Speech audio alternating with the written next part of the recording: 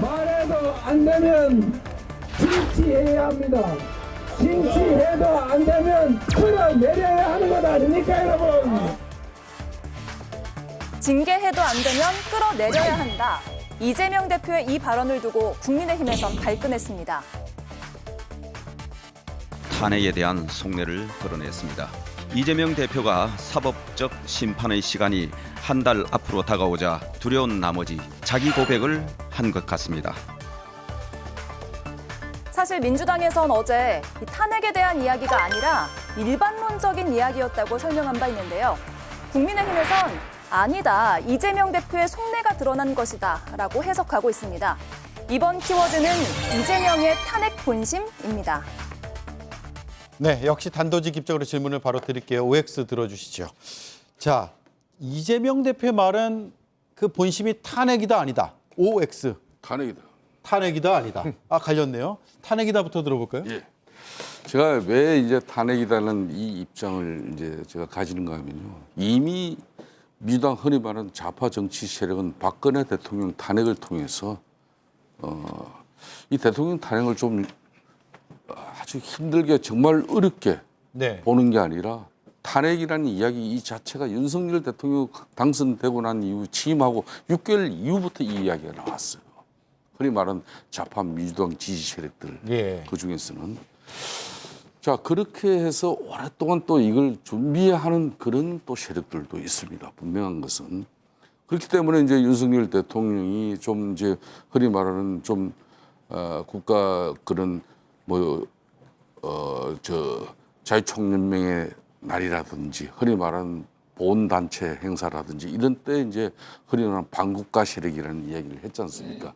그런 부분들이 바로 이 탄핵이라는 이야기가 여러 형태로 지금 준비되고 있는 걸 대통령도 의식하고 있는 거예요. 네. 그 제가 이제 구체적인 근거를 들면은 지금 이제 이재명 당 지도 체제의 수석 최고위원이 누굽니까? 김민석 최고위원. 김민석 최고위원. 김민석 최고위원이 얼마 전부터 뜬금없이 계엄령을 유포하고 있어요. 계엄령이라는 것은 우리나라 정치 현대사에 보면은 독재자들이 주로 행사한 그런 이미지가 보편화되어 있단 말이에요. 그러니까 윤석열 대통령은 독재자다. 그렇기 때문에 탄핵해야 된다. 탄핵의 사유는 이러이러한 내용이다. 이렇게 이제 만들어가기 위한 그런 여러 가지 단계를 지금 밟아가는 거예요. 또 얼마 전에는 지난주 금요일이죠. 민주당의 강덕구 의원이 탄핵 기금 마련을 위한 탄핵의 밤. 네. 이게 탄핵의 밤 행사를 그 딴 데도 아닌 국회의원회관 대강당에서 대회실에서 그 행사를 대관해주는 대관해줄 땐 보통 어떤 성격의 그럼요. 행사지를 파악하고 해주는 건가요? 그 행사 장소는 주로 토론회라든지 문화행사라든지 그런 큰 규모 좌석도 500석이나 되는 네. 그런 큰 자리예요. 그런 탄핵 기금 마련을 위한 탄핵의 밤 행사에 강덕구 의원도 이거 대표적인 친명 인사입니다. 그런 걸 본다 그러면은 이제 이재명 대표가 이번 10월 16일 보궐선거를 통해서 뭐 지원 유세 중에 저런 발언이 나왔다 그래도 네. 말해도 안 되면 징치라는 게 징계 뭐 이렇게 끌어내리는 전 단계 아닙니까? 징치해도 안 되면은 끌어내려야 한다는 것은 이건 탄핵이에요. 대통령 임기 5년인데 5년 중에 끌어내려야 된다는 건 탄핵밖에 더 있습니까? 예. 저 괄호 열고 윤석열 대통령을 괄호 닫고가 있다는 얘기네요. 그러니까 대통령 이재명 대표의 그동안의 본심, 내심, 속내이 다 나온 거죠. 예. 저 선거 유세에서 정치인들이 마이크 잡고 즉석 발언하는 거는요. 거기 모여 있는 이제 소위 말하면 유세 관중들을 불붙게 하기 위한 이런 정책 수사들이 가끔 활용돼요. 네. 그렇기 때문에 저는 저거는 그냥 정치적 레토릭이다. 그러니까 거기도 보면 구조가 있잖아요. 먼저 징치해야 된다. 징치라는 게 뭡니까? 심판하라는 소리예요. 이번 선거에서. 표 달라는 소리지 탄핵했던 소리가 아니에요. 표를 달라. 그런데 그거 하도 안 되면 끌어내지 않겠냐는 거는 이제 확 이 소위 말하면 이번 그 징계 심판의 의미를 강조하기 위한 좀 레토릭으로 쓴 것이지요. 그래서 제가 이러저러하게 당내 여러 주요한 전략가나 지도부하고 통화를 해봐도 지금 무슨 탄핵을 추진합니까? 일부 의원들이나 거리의 광장의 시민들 중에 그런 주장을 하는 분들이 많이 있지만 민주당으로서는 이런 문제를 신중하게 접근해야지 그렇게 함부로 결정하지 않습니다. 이제 이런 공식적인 답변도 제가 들었어요. 예. 그렇기 때문에 저는 근데 오히려 제가 신기하게 보는 것은 저런 비슷한 얘기가 나오면 국민의힘의 지도부가 갑자기 반응을 더 세게 해요. 야, 제가 볼 때는 아마 예. 민주당이 탄핵을 좀 추진해줘서 역풍이 좀 불었으면 좋겠다라는 속내가 오히려 그쪽에 있는 게 아닌가. 왜냐하면 예. 우리는 사실 별로 우리가 일반적인 레토릭으로 지금 이 대통령 잘못하면 더 심판해야 되고 혼내줘야 된다, 뭐 끌어내려야 한다 이런 소리를 해도 보통은 옛날 같으면 쓸데없는 소리 하지 마라 이랬을 텐데 속내가 드러났다, 탄핵하려고 한다 이렇게 얘기하거든요. 탄핵하려고 하는 정당이 좀 이렇게 평온하게 갑니까? 그렇지는 않죠. 그리고 잘 아시다면 박근혜 대통령 탄핵할 때 제가 원내대표죠. 원내대표인데 박근혜 대통령 탄핵은 진보 진영과 민주당 단독의 힘으로 한 게 아니고요. 네. 여야 합의로 한 거예요. 네. 여야에서 당시 여당도 합의를 한 거잖아요. 사실상은 그때 국민 내 앞에 원내대표가 정진석. 그러니까 그때 정진석 원내대표 체질. 그때 그 새누리당의 공식 당론이 4월 퇴진, 6월 대선 이걸 가지고 당론을 만들어서 박근혜 대통령을 설득을 갔다가 네. 박근혜 대통령이 그걸 받지 않으니까 당론으로 탄핵을 결정할 수는 없지만 국회의원의 절반 가까운 분이 탄핵에 찬성표를 던진 겁니다. 그래서 소신 투표로 한 거죠. 자유투표로. 자유투표예요. 그런데 예. 제 말씀은 자유투표라고 하지만 단속하지 않은 건 사실상 허용한 거죠. 그런 측면에서 본다면 역사상 여야의 암묵적 합의로 탄핵이 추진됐으니까 불상사가 없었던 거예요. 근데 이거를 지금 아무리 윤석열 대통령에 대한 분노와 또 이 여러 가지 탄핵하고자 하는 여론이 불붙는다고 해서 특정 당이 단독의 힘으로 진행해 나갔을 경우에 올 수 있는 또 가능하지도 어렵지만 그 부작용과 후폭풍이라는 것이 간단치 않습니다. 예. 그래서 저는 개별 의원들이 한 발언을 가지고 마치 민주당이 추진한다 이렇게 주장하는 것도 침소봉대고 선거 유세에서 있었던 이 정도의 발언을 가지고 탄핵을 추진하려고 하는 속내가 드러났다 이렇게 공격하는 것도 저는 지나치다고 봅니다. 그러니까 아무리 이제 10월 16일 보궐선거가 중요하지만은 당 대표가 한 발언하고 그리고 이제 뭐 당의 뭐 박찬대 원내대표가 진짜 우상호 대표님 말씀처럼 뭐 유세장에서는 상당히 개강된 분이기 때문에 레토릭으로 이렇게 이야기하면 들을 수도 있겠지만은 이재명 대표는 지금 현재 천상천하 유아독존 지존이에요 한마디로. 국회 거의 막 180석 가까운 지존까지가 지존. 어서 여의도 대통령이라고 일컬어지는 사람이. 예. 그 사람이 마음만 먹으면은 이 정국을 탄핵 정국으로 한 순식간에 전환돼 버립니다. 이미 박해 흔히 말하는 민주당 내에 좀 극좌파적인 지나치게 과대평가하셨죠. 진영은 이미 뭐 탄핵을 많이 준비했죠. 저는 그런 네. 측면에서 이번에 이재명 대표가 저 한 발언은 작심한 발언이에요. 작심이다 아니다. 선거상에서 레토릭이고 유세 과거에 중에서 나올 수 있는 얘기다. 대선 때 제가 총괄 선대본부장을 했는데요.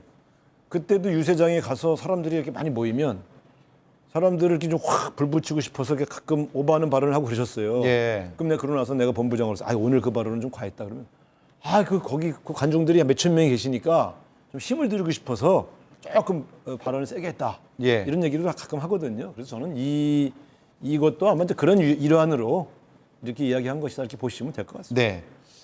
자, 그러면 여기 의견이 완전 갈리기 때문에 뭐 어느 쪽 한쪽을 전제하거나 상정해서 얘기를 할 수는 없겠고 앞으로 이제 사법 리스크가 현실화가 된다면 그러면 탄핵에 대한 이야기가 좀 더 나올 수 있는 거 아니냐 이런 뭐 세간의 분석 전망들이 있거든요. 제가 예. 가장 이해할 수 없는 논리가 사법 리스크 방어와 탄핵이 무슨 상관성이 있습니까?